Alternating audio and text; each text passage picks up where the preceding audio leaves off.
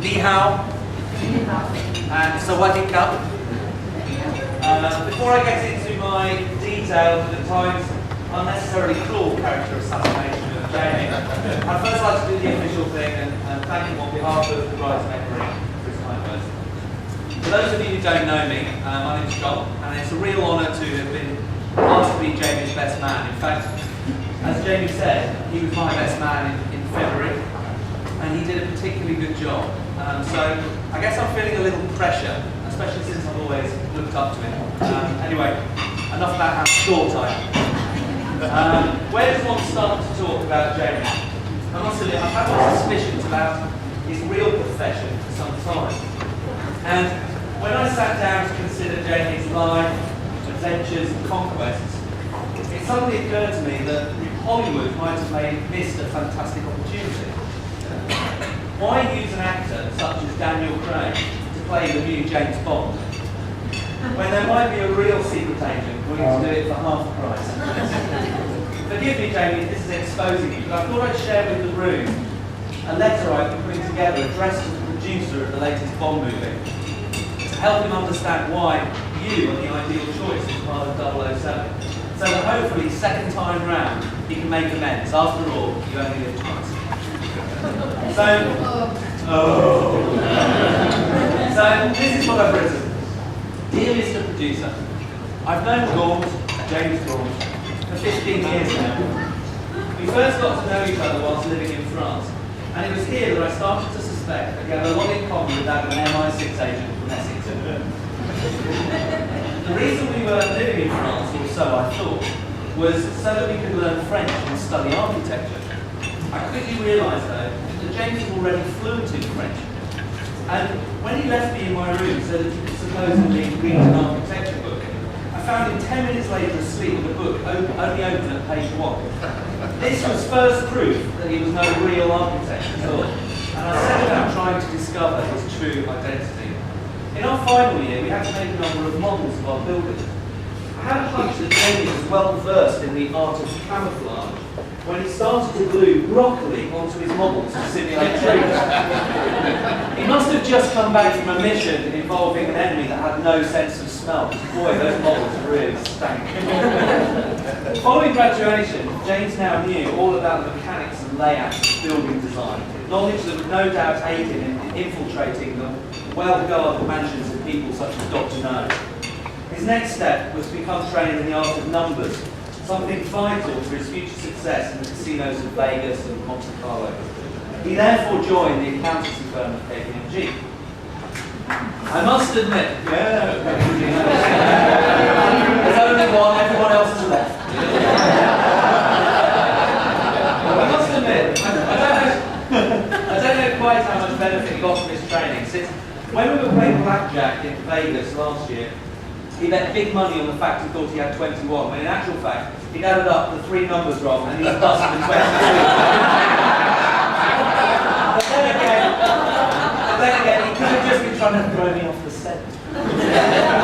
James always seemed to have a golden eye for business, and in '99 left KPMG to hone his business skills in the unscrupulous oil industry. He undertook missions around the world for LASMO, and his little black book of contents and connections began to grow. Mission accomplished, any normal person would sit back and relax at home. You know, watch a bit of Deal or No Deal or Neighbours or something like that. Not Gaunt. James would literally leave the business world for months, if not years at a time, to refine his skills for evading capture, such as skiing, long-distance cycling, or other such dangerous activities. An example of this was when I had the opportunity of accompanying to Chamonix in French Alps some years ago. I thought we were going to have a relaxing and straightforward ski down the slopes, but no sooner had we arrived by cable car at the top of the mountain, James was jumping off the side of the sheer cliff face with his hang glider. Before he asked, I had a lovely time skiing on my own. For ambitious James, the world is not enough. So now that he understood the world of the oil barons, he moved on to his most treacherous mission yet. He went deep into the seedy world of car showrooms. Before he did Mission Beverly and Holly, that's code name for his time in Beverly Hills, Hollywood, for those that don't know, Gould met his match in the UK. Although at the same company, Su-Ling worked in the more glamorous world of five-star Mandarin Oriental hotels. Her choice of assignment was clearly a lot more sophisticated than her counterpart, which led me to believe that she might in actual fact be none other than 008. In fact, when I wanted to locate a diamond for my engagement last year, Su-Ling went above and beyond the call of duty and sourced a fantastic stone through one of her many contacts in the Far East. She placed a lot of importance in that assignment. After all, as she said, diamonds are forever. Anyhow, Mr. Producer, in James, I believe that I've uncovered the true 007 and should feature in your next film. The very least you could do is use him as a consultant or an advisor. He's good at that.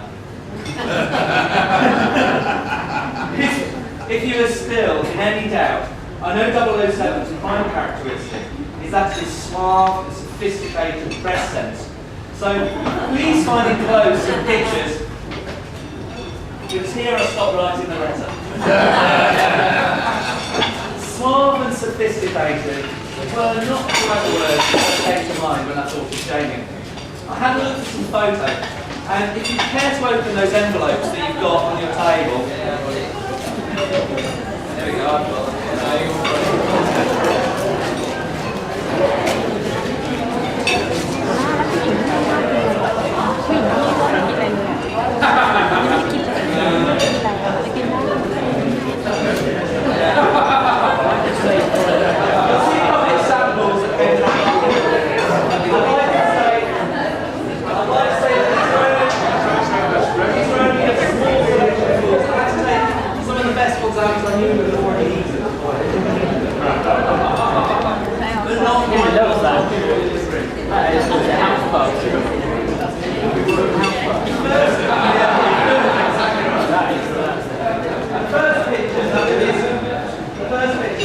Garishly multicoloured ski jacket that he used to wear 24/7 in university. It was only the first in a long line of interesting outfits that a lot of them recall.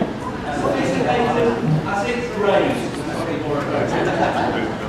What also, was trying to mention it to Nichols, was what 007 got up to at the end of each mission. Now, I've studied all the films, and not once has Bond killed the baddie and then got home to live with his parents.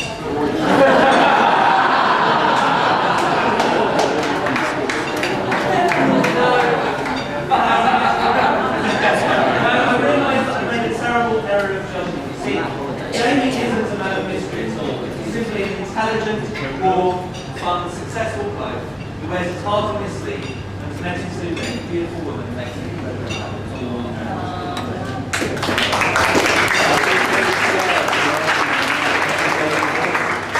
Although Jamie says that it took some time to realise it, I remember when Jamie first started working for the company Jardines, on one of the first of many projects on Su-Ling, he mentioned to me that he met someone really special. That look in his eye and his smile said it all, and before you know it, here we are today. Don't they just look so happy together? Su-Ling, you look absolutely radiant. And Jamie, I mean, Su-Ling's obviously had a lot of input because you don't look too bad yourself. But you complement and complete each other so well. You go together like bacon and eggs, like yin and yang, like Mr. and Mrs. I know it's been difficult in the lead up to today with your jet-set lifestyles and being apart from each other for long periods of time. Now that Su-Ling is back in the UK for good, I know that you'll both feel a lot more settled, and I want to wish you a very happy and fulfilled life.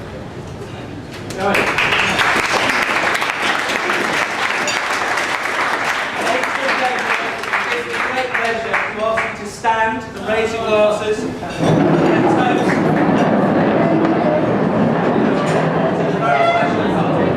Jamie and Su-Ling.